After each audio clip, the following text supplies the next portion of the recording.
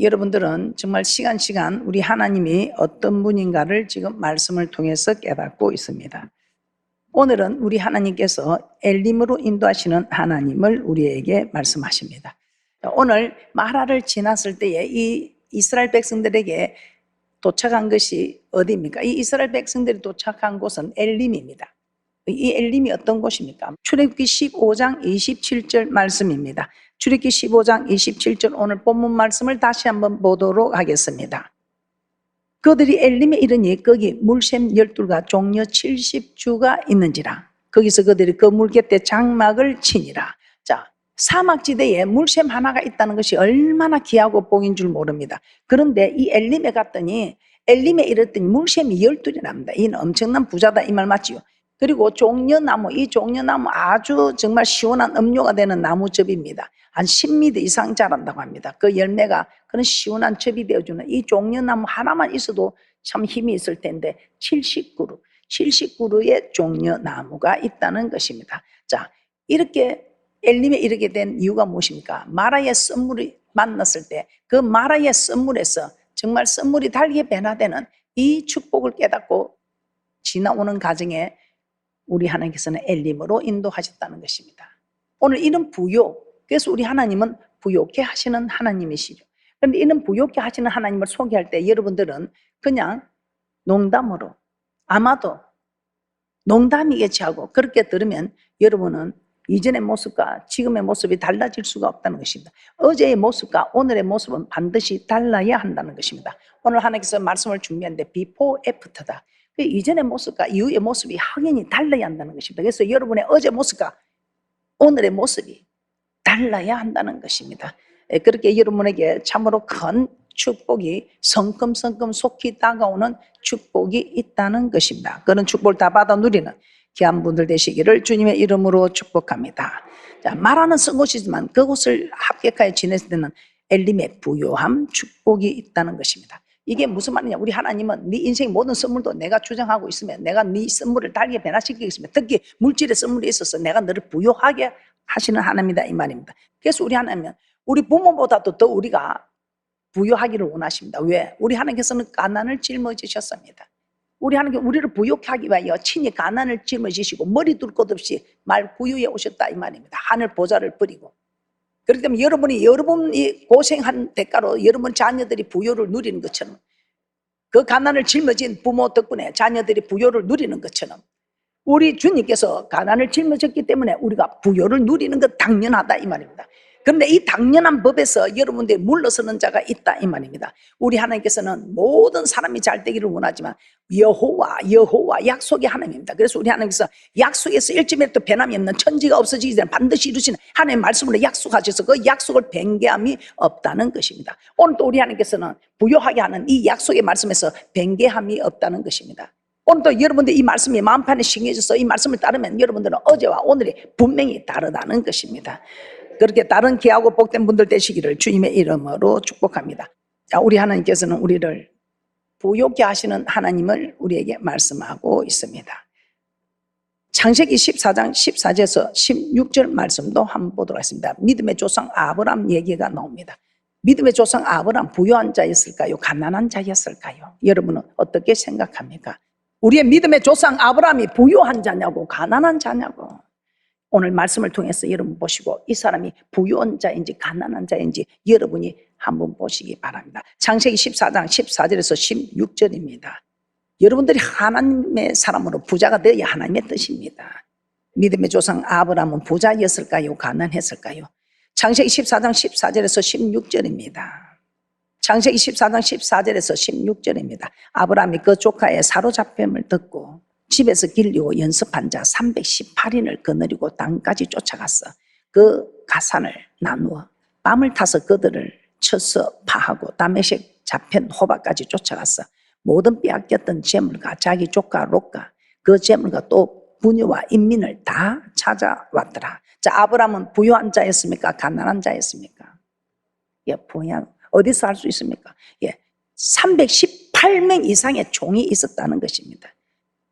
집에서 길리고 연습한 자 318인을 거느리고 가서 조카 롯을 구해오는 아브람, 거부 맞지요? 아브람 부자였습니다. 그럼 아브람만 부자였을까? 아브람 아들 이삭은 어떻습니까? 창세기 26장에서 아브람 아들 이삭에게 복을 주는데 어떤 때 복을 줍니까? 흉년의 때. 흉년의 때 자기가 먹고 살 거라고 아버지 말씀을 버리고 아버지가 있으라고는 지시한 곳을 버리고 지금 애굽으로 내려가려고 합니다. 그런데 웬일 우리 하나님께서 너 좀 배가 고파도 좀 힘이 들어도 그 자리를 지키고 있으라. 떠나지 마라. 떠나지 마라 합니다. 말 잘 듣는 백성이 잘 되고요. 말 잘 듣는 자녀가 잘 되고요. 말 잘 듣는 학생이 잘 되는 거 이거는 정말 기정사실입니다. 그래서 하나님 하시는 말씀에 떠나지 않냐고 그 자리를 지켰습니다. 그랬더니 어떻게 됩니까? 이삭이 마침내 그 땅에서 거부가 되지요. 창세기 26장 12절에서 13절입니다. 창세기 26장 12절에서 13절입니다. 우리는 이렇게 오늘 복된 말씀을 받습니다. 부자 되고 돈보따리를 받는 것이 아니고 치료가 되고 치료제를 받는 것도 아니고 부자가 되는 말씀의 복을 받고 치료제가 되는 치료의 복된 말씀을 받습니다. 이 복된 말씀을 농담으로 듣는 사람도 있고 이 복된 말씀을 마음판에 새기는 사람도 있습니다. 이거 차이입니다. 하나님의 말씀으로 받느냐 사람의 말로 받느냐. 사람의 말로 받는 사람은 순종하지 않습니다. 그러나 하나님의 말씀으로 받는 사람은 순종합니다. 그래서 우리 하나님이 네가 내 말을 지켰으므로 나도 너를 지켜준다. 네가 나를 대우해 줬으니 나도 너를 대우해 준다. 어떻게? 부자로 대우해 주겠다는 것입니다. 창세기 26장 12절에서 13절입니다. 창세기 26장 12절에서 13절 말씀입니다. 이삭이 그 땅에서 농사하여 그 해에 100배나 얻었고 여호와께서 복을 주심으로 그 사람이 장대하고 왕성하여 마침내 거부가 되었다는 것입니다. 우리 주님께서 이 땅에 가난하게 오시면 가난을 짊어지시면 우리를 부욕케 하기 위한 여러분의 부모가 가난을 짊어진 것은 여러분을 부욕케 하기 위함이었듯이 오늘 부유하기 위해서 우리 함께 가난을 짊어지고 이 하나님을 여러분이 품으시고 이 복된 말씀을 여러분 마음판에 심어서 순종함으로 대박나는 갑부나 거부나 재벌이 되는 놀라운 축복자들 되시기를 주님의 이름으로 축복합니다. 자, 고린도후서 8장 9절입니다. 고린도서 8장 9절 우리 하나님께서 나는 이런 하나님이다 하고 우리 하나님께서 결론을 짓고 있습니다. 고린도후서 8장 9절. 고린도후서 8장 9절입니다. 우리 주 예수 그리스도의 은혜를 너희가 알거니와 부요하신 자로서 너희를 위하여 가난하게 되심은 누구를 위하여?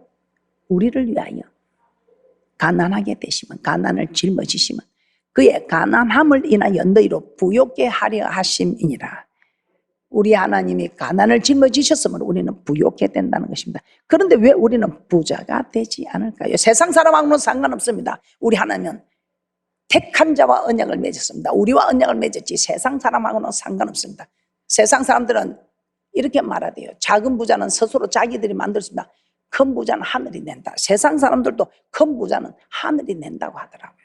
하나님이 낸다. 세상 사람도 아는 큰 부자가 되는 축복을 여러분들이 모르고 있다면 여러분 참으로 왔다리 갔다리 교회를 다녀도 왔다 갔다 하는 인생이다 이 말입니다. 또 말씀을 많이 안다면서 머리로만 아는 말씀에 순종하지 않는 머리로만 압니까? 여러분 가분수처럼 인생을 그렇게 살아갈 수밖에 없죠. 이게 하나님께 영광입니까? 아닙니다. 이건 절대로 하나님께 영광이 아니고 오히려 하나님의 영광을 해방하는 일이라는 것입니다. 그래서 오늘 여러분 말씀을 받고 정신을 바짝 차리고 정말 내가 말씀대로 살아왔는지 아니면 나는 걸림이 되어서 부자가 되는 길을 포기하고 있었는지 부자가 되는 것이 하나님께 영광이에요. 왜 우리 하나님이 그만큼 우리를 짤대라고 가난을 짊어지고 오셨는데 우리가 부자가 되지 않는다는 것은 우리 하나님이 이 말씀을 믿지 못하고 하나님께 영광이 되지 못하는 일이지요. 그렇다고 여러분들이 일만하게 뿌리가 되는 재물 얻는 모습으로 그건 아닙니다. 필요할 때 자꾸 드려야 됩니다. 필요할 때 어려운 자들 드리고 부모 형제가 필요할 때 드리고 다 해야 됩니다. 그럼에도 불구하고 우리 하나님 드리면 자꾸 더 많이 주신다는 하나님의 이 축복의 비결을 아는 사람은 하나님께나 사람들에게나 드리는 것 주저하지 않습니다. 자, 그러면 우리 한번 말씀을 살펴보도록 하겠습니다. 부요하게 되는 축복. 자, 우리 하나님은 이 말씀 성경 66권에 부요하게 하는 축복의 말씀을 주셨다. 공식을 주셨다고. 축복의 공식을. 우리 하나님은 언약은 약속입니다. 말씀으로 약속한 것을 언약이라고 하지요. 그래서 여호와 약속의 하나님이다 이 말입니다. 1점이라도 변함이 없이 약속한 것은 그대로 지키고 이루시는 하나님. 그 부유하게 되는 언약. 자, 먼저 그 전에 제가 한번 보겠습니다. 반드시 여러분 선물을 지나야 엘림에 가듯이 여러분을 낮춰서 테스트하는 과정이 있습니다. 그때에 물론 믿음의 초보, 교회 온 지 얼마 안 된 사람에게는 그냥 줍니다. 응애 울기만 해도 애 이쁘다고 엉덩이 두드러주면서 기저귀 갈아주고 전물 물려주는 것처럼. 그러나 이제 여러분들이 초보의 길을 벗어나면, 돌이 지나면 이제는 정신을 차리고 오줌을 가려야 됩니다. 그렇지 않으면 이제는 하나씩 떼꼭 맞게 됩니다. 저 달라는 젖도 안 줄 때가 있고 기저귀도 안 갈아줄 때도 있겠지요. 우리 하나님께서 이런 모든 것을 세상 이치를 가지고도 하나님 깨달을 수 있는, 깨닫는 은혜를 주시는 하나님께 감사를 드립니다. 신명기 8장 2절입니다. 신명기 8장 2절에 우리 하나님께서는 우리를 테스트합니다. 하나님께서 우리를 시험하는 것은 테스트, 합격시켜서 자꾸 올리는 것입니다. 그러나 마귀가 우리를 시험하는 것은 템테이션, 미혹, 유혹시켜서 멸망시킨다는 것입니다. 그래서 신명기 8장 2절에 우리 하나님께서 무슨 일을 하든지 반드시 우리 하나님께서는 우리를 테스트한다 입니다. 그 테스트에 합격한 사람은 엘림으로 들어가는 축복이 있을 줄 믿습니다. 신명기 8장 2절입니다. 신명기 8장 2절입니다. 내 하나님 여호와께서 이 40년 동안에 너로 광야의 길을 걷게 하신 것을 기억하라. 이는 너를 낮추시며 너를 시험하사 내 마음이 어떠한지 그 명령을 지키는지 아니 지키는지 알려 하십니다. 우리 하나님 너를 낮추어서 이 선물에 들어가게 합니다. 때로는 그만한 믿음이 될 만하면. 왜? 복을 주기 위하여 괴롭히려고 고통 주려고 낮췄습니다. 나는 그럼 그럴 만한 때가 안 돼야 되겠냐. 그럼 여러분 평생 축복이 없고 늘 첫째 계단에서 굴러떨어지고 첫째 계단에서 둘째 계단 올라가지 못하는, 교회를 다녀도 근데 왔다리 갔다리 하는 인생들, 하나님께 영광은 그냥 자리만 채우는 그런 사람을, 저는 자리만 채워줘도 감사합니다. 근데 우리 하나님께서는 여러분이 잘 되기를 소원하는데 괴롭히려고 고통 주려고, 아니요. 8장 16절입니다. 신명기 8장 16절입니다. 내 열조도 알지 못하던 만나를 광야에서 내게 먹이셨나니. 여러분이 광야는 교회지요. 교회 생활에서 여러분에게 먹이셨네. 이는 그 이유는 다 너를 낮추시며 너를 시험하사 마침내 내게 복을 주려 하심이었느냐. 만군의 여호와 하나님이 아무에게나 복을 줄 수 없지요. 그래서 우리 하나님께서 이제는 공식을 딱 가르쳐주고 그 공식에서 저를 힘들고 어려워도 그 공식을 지키는 사람, 그 사람에게는 우리 하나님께서 합격한 사람에게는 마침내 복을 주게 하기 위한, 신명기 8장 16절 다시 한번 봅니다. 신명기 8장 16절 내 열조도 알지 못하던 만나를 광야에서 내게 먹이셨나니 이는 다 너를 낮추시며 너를 시험하사 마침내 내게 복을 주려 하심이었나니라. 자, 그러면 여러분은 어떤 언약에서 여러분이 주저앉았는지 말씀을 통해서 한번 살펴보겠습니다. 부자가 되는 축복의 공식 중에 첫 번째가 먼저 대접하라입니다. 대접받고 그냥 대접하라. 이것이 율법과 선지자 아니에요. 여러분 사람에게도 여러분이 대접하는 사람에게 대접을 받게 됩니다. 마찬가지로 우리 하나님도 나를 사랑한 만큼 너도 내 사랑을 입을 것이다. 네가 나를 대접한 만큼 너도 대접을 받을 것이다. 무엇으로? 말로? 네. 물질로? 네. 네 삶으로? 네. 믿음으로? 네. 무엇이든지. 마태복음 7장 12절입니다. 마태복음 7장 12절입니다. 그러므로 무엇이든지 남에게 대접을 받고자 하는 대로 너희도 남을 대접하라. 이것이 율법이요 선지자니라. 이게 하나님의 말씀이다 이 말입니다. 이것이 선지자들이 전한 하나님의 말씀이다 이 말입니다. 모든 게 저는 마태복음 7장 12절 말씀으로 하나 다 결론이 지어지는 겁니다. 대접받고냐 대접하라. 이것이 율법과 선지자니라. 여러분이 하나님을 대접한 모습이 지금 여러분의 모습입니다. 여러분이 하나님을 잘 대접한 모습들은 지금 하나님께 대접을 잘 받고 있고요. 여러분 하나님을 대접을 잘 못한 사람은 잘 못 받고 있는 사실입니다. 육적인 모습도 그렇습니다. 그러나 영적인 모습은 정말 그대로 이루어지죠. 오늘 여러분들이 육적인 모습이 있는, 영적인 모습이 있는 하나님 얼마나 대접하여 여러분은 얼마나 대접을 받는 처지인지를 저는 몰라도, 옆에 사람은 몰라도 하나님은 아시고 여러분은 여러분 자신을 안다는 것입니다. 내가 대접받으면 대접할게. 세상 사람들은 대접받으면 대접하라고 합니다. 그런데 우리 하나님은 네가 먼저 대접하라. 그런데 대접하는데 세상 사람한테는 내가 많이 대접하고 적게 받을 수도 있는데 우리 하나님께서는 조금 대접하고 많이 받는 것입니다. 조금 줬는데 우리 하나님은 후입에 흔들어 넘치도록 눌러서 안겨주는 축복의 말씀입니다. 앞으로 여러분들이 대접하는 일이 있어, 하나님을 대접하는 일이 있을 때 아끼지 마시고 잘 대접하셔서 아낌없이 흔들어 눌러서 넘치도록 안겨주시는 하나님의 대접을 받아 누리는 그런 귀하고 복된 분들 되시기를 주님의 이름으로 축복합니다. 누가복음 6장 38절입니다. 누가복음 6장 38절입니다. 주라 그리하면, 항상 조건이 나오죠. 주라 그리하면, 주라 그리하면 너에게 줄 것이니 곧 후이되어 누르고 흔들어 넘치도록 하여 너에게 안겨주리라. 너희 헤아리는 그 헤아림으로 너희도 헤아림을 도로 받을 것이니라. 어떻습니까? 여러분들이 하나님을 대접하는 거, 말씀에 순종하는 것도 하나님을 대접하는 것입니다. 그런데 오늘은 엘림을 인도하신 하나님을 우리는 말씀을 듣고 깨닫고 있습니다. 물질로 내려 하나님을 대접했을 때 우리 하나님께서는 너는 조금 주었는데 나는 후이되어 흔들어 눌러서 넘치도록 해서 안겨주신다고 말씀하고 있습니다. 작게 대접해도 우리 하나님께서는 후이되어 주신다 이 말이에요. 세상 사람들에게는 많이 대접해도 적게 올 수 있습니다. 그러나 우리 하나님은 1점이라도 틀림없이 반드시 이루시는 하나님의 말씀을 통해서 대접한 대로 우리 하나님께서는 주신다는 것입니다. 자, 둘째, 온전한 11조를 드리라는 것입니다. 구약의 말라기 선지자 시대 때 하나님 이스라엘 백성들에게 저주를 내렸다고 합니다. 왜요? 왜 그랬을까? 이스라엘 백성들의 삶은 매우 궁핍하였습니다. 예수 믿는 사람들이 너무 궁핍한 거예요. 100년이 넘은 교회를 갔는데 너무 궁핍하게 사는 거예요. 저 사람들 어떻게 저렇게 못 사나? 아, 목사님 가마 감동을 시키니 돈을 다 드리고 저렇게 못 사나 보다. 그래서 내가 내 같은 사람과 말을 잘 듣는데 틀림없이 내 재산 다 바치겠다 싶어서 안 갔어요, 교회를.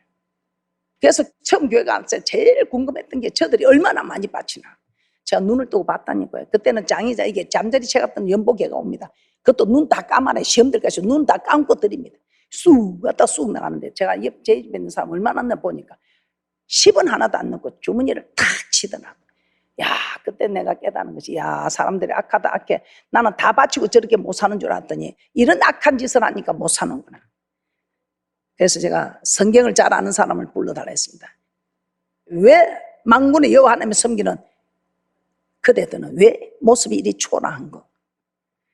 잘 사는 법이 있을 것 아니야. 만군의 여호와 하나님이 잘 사는 법을 내놔라 했습니다. 그때 말라기 3장 9절에서 10절입니다. 자, 말라기서 3장 9절에서 10절 보겠습니다. 말라기 3장 9절에서 10절입니다. 너희 곧 온 나라가 나의 것을 도적질하였으므로 너희가 저주를 받았느니라. 만군의 여호와가 이르노라. 너희 온전한 11조를 창고에 들여 나의 집에 양식이 있게 하고 그것으로 나를 시흥하여 내가 하늘 문을 열고 너에게 복을 쌓을 곳이 없도록 붙지 아니하나 보라. 그래서 또 시험하는 데가 어딘가 물었습니다. 하나님을 시험하는 게 또 아무 데도 두 군데만 있대도 내가 안 믿었을 것 같아. 예수 믿는 사람들은 11조를 드리지 않고서는 절대로 부유할 수 없습니다. 11조 제대로 해야 됩니다. 우리 하나님 이건 모르고 저건 모릅니까? 소득의 11조를 드리지 않고서는 부자 될 생각하지 마시고.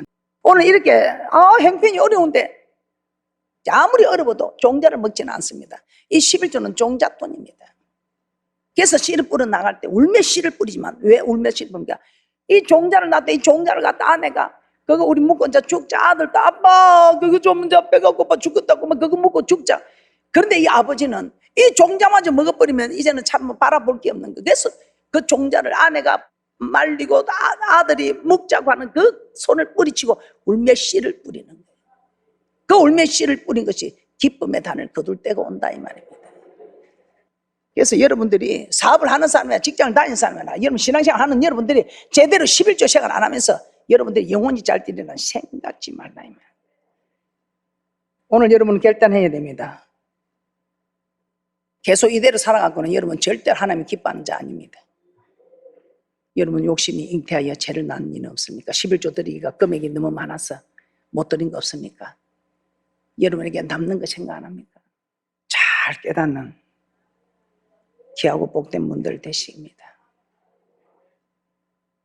세 번째, 주의 종에 쓸 것을 공급할 때 우리 하나님께서 여러분을 축복한다고 합니다.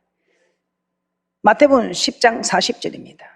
우리 하나님의 형성을 가진 여러분들은 저는 여러분 모두를 하나님으로 생각하고 섬깁니다. 교회 처음 갔을 때 이 교회 어른이 누군가 싶던 목사님이시더라고요. 그래서 목사님을 눈에 보이는 하나님으로 생각하고 섬겼습니다. 지금은 제 부모님이 하나님이고, 근데 부모님 안 계시고, 내 남편이 하나님이고, 내 자녀들이 하나님이라 생각합니다.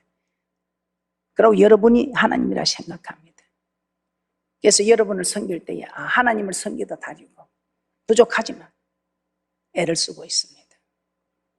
하나님의 형상을 가진 사람을 섬기는 것이 하나님을 섬기는 것이다 생각하고, 오늘 저는 주의 종을 대접해서 복 받았다고 외치고 다니는 사람입니다.